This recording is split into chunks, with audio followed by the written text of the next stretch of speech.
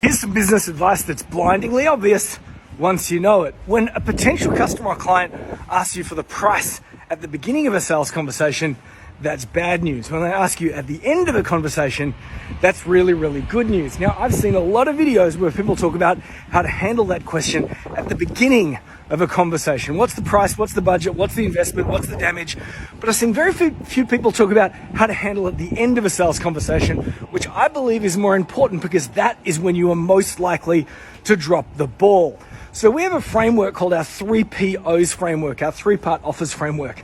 And that is because when you get to the end of the sales conversation, it is so much more helpful, so much more effective if you have three options, not one, not two, but three. Because if you have one option, you're really giving the prospect two, which is either, do I want it or do I not want it?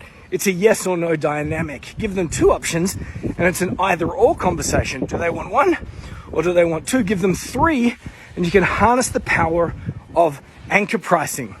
Now, for these three-part offers, we have three offers: the premium, the Patsy, and the preferred. The preferred is the option that we want them to take.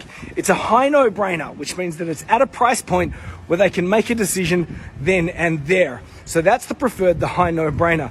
Then we have the premium. The premium is about 3-4 times the price of the preferred, and the Patsy is a little bit less than the preferred. So for example, I might sit down with someone and they say, what's the price? I go, well, we've got three options. Based on everything that we've talked about, there are three options that I recommend for you. Number one, and I go into the premium. I run through maybe three big outcomes. Because remember, we're selling outcomes if we're putting together a proposal. We're not selling things, we're selling outcomes. I introduce three big outcomes and then I say that's $9,600. Their brain goes, okay, that sounds really good, but I don't have $9,600. Then I introduce my second option, the Patsy. Now the Patsy will be about a quarter of the price, so $2,400. It's only got one outcome, not three outcomes, one outcome.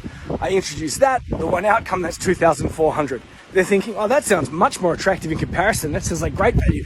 I think I want that. I think I want that. Then you introduce the third one, which is the preferred option, two outcomes, $3,000. At that point, they're thinking that is incredibly price attractive in comparison to the first option, and it's outstanding in value in comparison to the second option. You see what I'm doing here? That's called anchor pricing and reverse anchor pricing. So you say, here are my three recommendations. The one in the middle is the one where I recommend for you, but which one do you prefer? They say, I think the one in the middle is the best one for me, at which point you can say, and is the dollar price okay for you? Is that within your reality?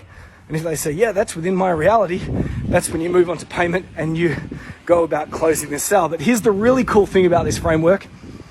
About 5 in 100 people, 5% will turn around and say, that sounds fantastic.